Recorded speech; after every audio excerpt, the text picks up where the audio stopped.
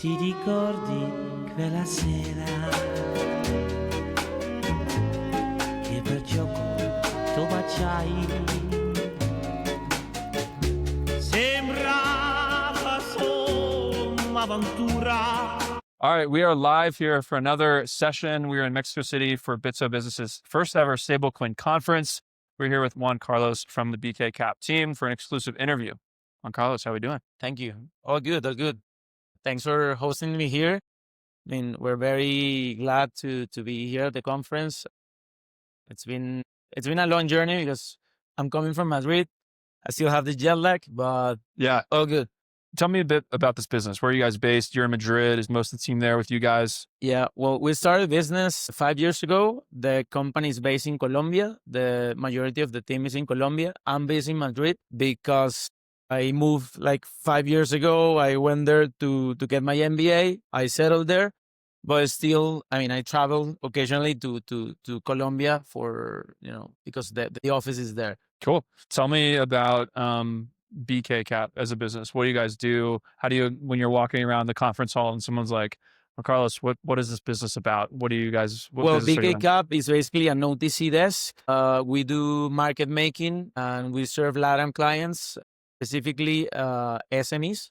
Right now, we have onboarded around, I would say, 500 companies and individuals, high net worth individuals. Recently, we kind of pivoted the business, and now we're entering into the high frequency trading type of business. We're not abandoning the cross-border OTC business, but trying to get more revenue lines. Sure. What made you, tell me a bit more around the original business serving SMEs for the cross-border use case versus what sounds like it's sort of a new chapter or a new focus for you guys. Like, what were you doing before? And then dive into that a little bit. And then what made you guys want to evolve into more of the high frequency trading stuff? Well, we mainly started as an arbitrage company, basically, moving our own treasury from different jurisdictions across LATAM. On behalf of other... Own our own treasury. There's a big opportunity in Latin America to, let's say, get the spreads that each currency offers. So we basically took advantage 5 years ago of the opportunity in different markets, including Mexico, Colombia, Peru, Chile. We then saw the big increase of demand of payments using stablecoins, and that's where we jump in the OTC business. Like 3 years ago, we started to serve LATAM clients and had the need to send money either to the US or from the US to LATAM or even Europe. And that's where we basically started the let's say, BKCap as a company that's well known to customers. Back then, we were just moving our own money, our own treasury, let's say. We didn't serve any clients at the beginning. Then we evolved. Now we're serving clients. And, as a strategy to have more revenue streams, we added this high frequency trading business line. However, the core business stays within the cross-border and OTC. Okay. Is this a programmatic, embedded product, or is this something that's used within a dashboard or a terminal, or I'm messaging someone from your team to make these trades? What is for the end clients that you work with, what does the experience typically look like? Yeah, I mean, it's basically an OTC desk. Just if you were talking to Wintermute, the difference between or the added value that we have is that the quote is automated in Telegram, so the client can either approve it or deny it. Let's say the quote lasts around 1 minute. We hold the rate for 1 minute, and the client has the ability to either accept it or deny it. Also, the funding, it's done through, we send the wallet, the client funds the wallet, and then once we get the funds, say the client is open to trade. Tell me, okay, so this is my own personal, this isn't Stabledash talking, this is Drew talking. I think the we were joking with some other members of our team of just like Telegram as a product for those who may not use it often, or it's kind of like an interesting user experience. It sounds like you've built the product automation or like quoting system into Telegram, which is Yes. not your business, obviously. Like this is a third-party messaging app. Why not do this?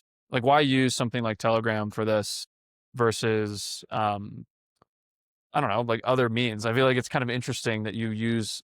I know it's not you guys. A lot of people are doing this. I'm just. Are you thinking about internalizing that one day, like your I, own app or something? I mean, we're working on a dashboard to offer the client the ability to do it through a dashboard. However, there are two things why we use Telegram. The first one is well known in the crypto space that Telegram is like the leader, and the second thing is that it's more code friendly, I would call it.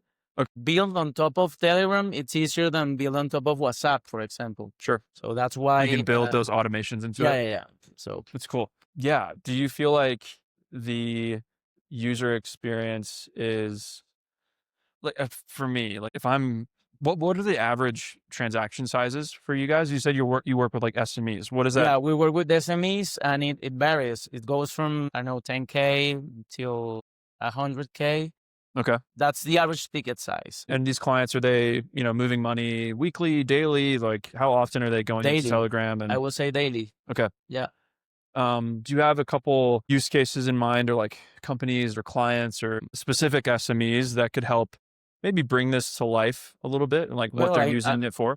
I would say that the most typical business case is the company that wants to import from the US. They only have Colombian pesos and they need to pay that invoice. So we serve them as receiving the Colombian pesos, we swap it to stables, and then we off ramp in the US. So they have then the ability to pay for that invoice. Really interesting. Same thing happens when a company wants to get a payment from its client. You offer them the possibility to get the payment and you pay them in local currency. So they avoid that, let's say, FX and have to deal with international banks. Some of these SMEs don't even have international accounts. So presenting this service, I think it's an added value for them for sure. Do you think that eventually, like we were talking to, I think Nonco last night, like some folks from that team, do you guys think of yourselves similarly to a company like that? Nonco, do you know them? I do not know them. NONCO.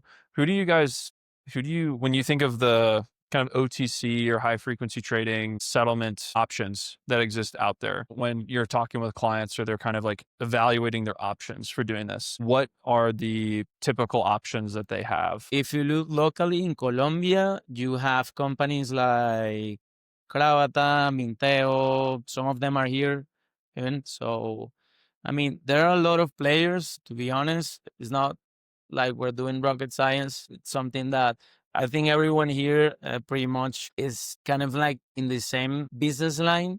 However, for me, I think the difference is that the service that you offer to the client in terms of the treatment that you give to them, how close you can get with the client, doing that follow up every day, helping them even to solve other problems, look at their use case and adapt to their solution. What does that practically look like for your team? Like, how are you guys servicing these clients day to day? Is this like events, in-person relationships, messaging? How does that take shape for you guys? Well, basically, we have a commercial team. The commercial team is in charge of actually call them almost every day just to see if they want to either operate or do something else or onboard a new company. Then we have the compliance team, which is, I would say, the first step on the funnel. You need to pass compliance in order to transactions with us. But on a daily basis, it's pretty much being in touch with them, calling them, asking them how their business is doing. If you see that the volume is decreasing, trying to understand why. At the end of the day, you kind of get to know their business model and you start to understand how different industries operate and how they use stablecoins to benefit from treasury management, collecting, paying. What do you guys think about just the reality that you're based so deeply in Colombia? Speak a little bit about the advantage that gives you, that you guys are specifically focused, it sounds like, on that country and the businesses in that space. I think there's a lot of and are you guys thinking about other countries to expand to? Like, how do you think about countries specificity for you guys? I mean, regarding Latin America, I think Colombia, it's a good place to be. It's not, it's well known that the startup market there, startup atmosphere in Colombia has grown a lot these past years. Of course, Mexico, it's leading the competition. However, I would say on the second place is Colombia, and we sure have benefit from being and having presence there. Also, the adoption of stablecoins and cryptos in Colombia is growing at a fast pace. I would say even more than Mexico, despite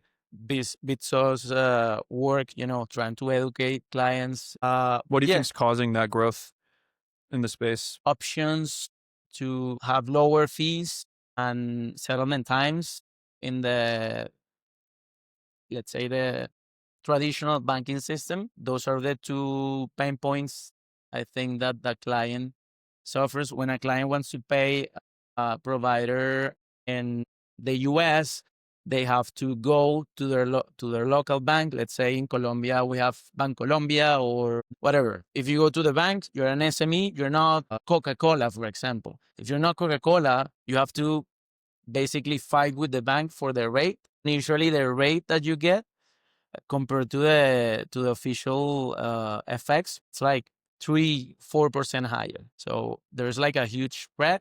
That's why companies like us can jump in and offer a better service, cheaper, faster, and That's awesome. What's the last question for you?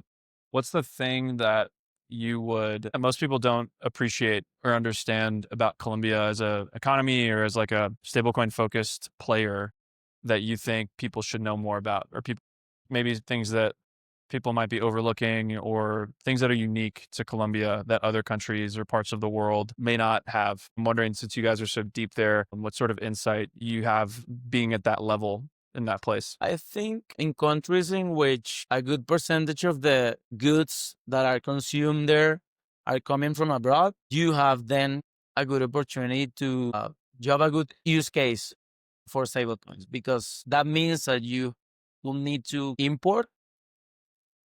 And if you import, you will have then you will be facing these pain points that I just mentioned, high effects, high fees. I would say that's mainly the key driver for looking at Colombia as a good, let's say, country to do business. All right. Well, we'll wrap it there. That is Juan Carlos from BKCap. Thanks for taking the time. Ti ricordi quella sera che per gioco tu baciai? Sembrava solo un'avventura di palmare.